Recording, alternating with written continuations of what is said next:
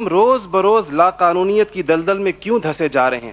جناب صدر، نوٹ کرنے کی بات ہے کہ یہ سبق اس کو کسی مذہب نے نہیں سکھایا، یہ سبق اس کو کسی دین نے نہیں بتایا۔ یہ طبقاتی تفریق، استحصالی نظام، ٹیلنٹ کی بے قدری، تعلیمی ڈھانچے کا کھوکھلا پن، بے انتہا کرپشن اور اختیارات کے ناجائز استعمال وہ خوفناک مسائل ہیں جو نوجوان کو اس طرف لے کر گئے ہیں۔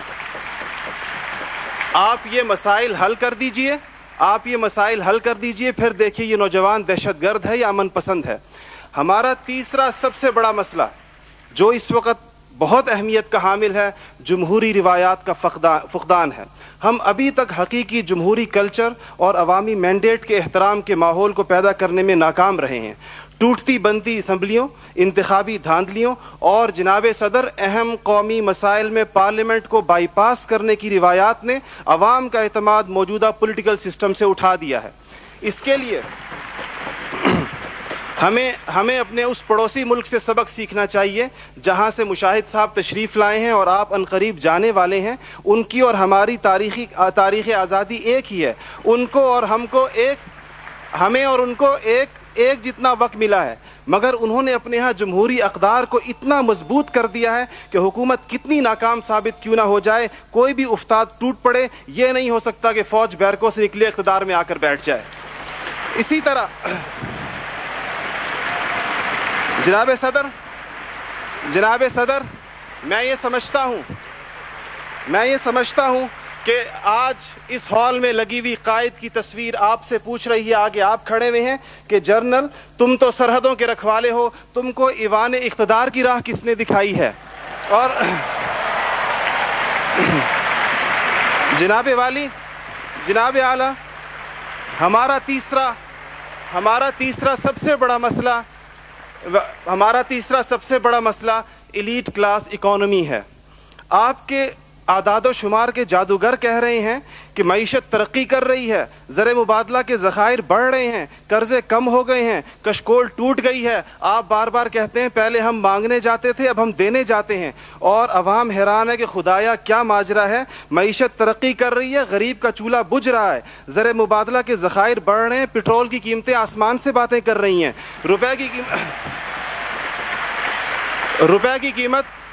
روپے کی قیمت ڈی ویلیو ہوتے ہوتے کہاں آ کھڑی ہوئی ہے۔ اور اس کے بعد ایک اور بات جناب صدر، آپ نے کہا کہ بسنت منانے سے کچھ نہیں ہوتا، اسلام تفریح سے ہرگز منع نہیں کرتا بلکہ صحت مند تفریح کی حوصلہ افزائی کرتا ہے، مگر خدارا محروموں لاچاروں کی آرزوؤں کے مزار پر دھما چوکڑی نہ مچائی جائے۔ دیکھیں اسلام یہ کہتا ہے اگر ایک گھر کے اندر ایک عجیب تاثر ہے، ٹھیک ہے لوگ انفرادی طور پہ پتنگ اڑائیں، کوئی اس کو حرام نہیں کہتا، مگر جب ایک غریب دیکھتا ہے کہ میرے پیٹ میں روٹی نہیں، میرا صدر پتنگ بازی کر رہا ہے، تو وہ یوں سمجھتا ہے کہ ہمارے درمیان کوئی گیپ ہے۔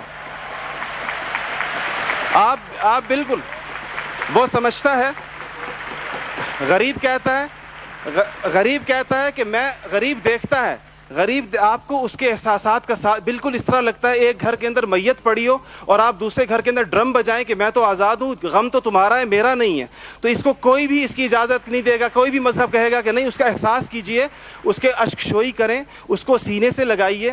اس کے علاوہ جناب صدر ایک بہت اہم بات جو ہم محسوس کرتے ہیں کہ بعض مسائل آپ کے لہجے کی کرختی کی وجہ سے خراب ہوتے ہیں۔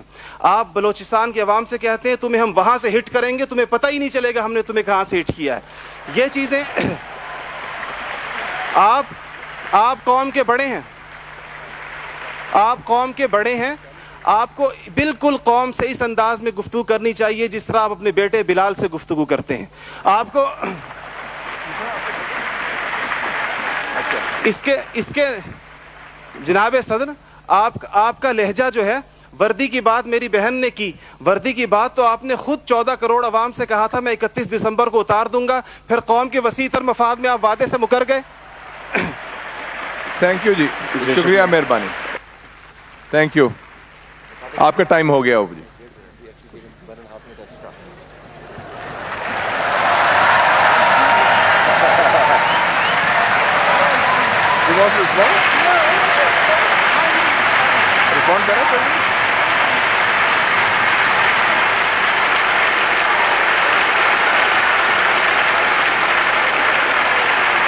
Okay.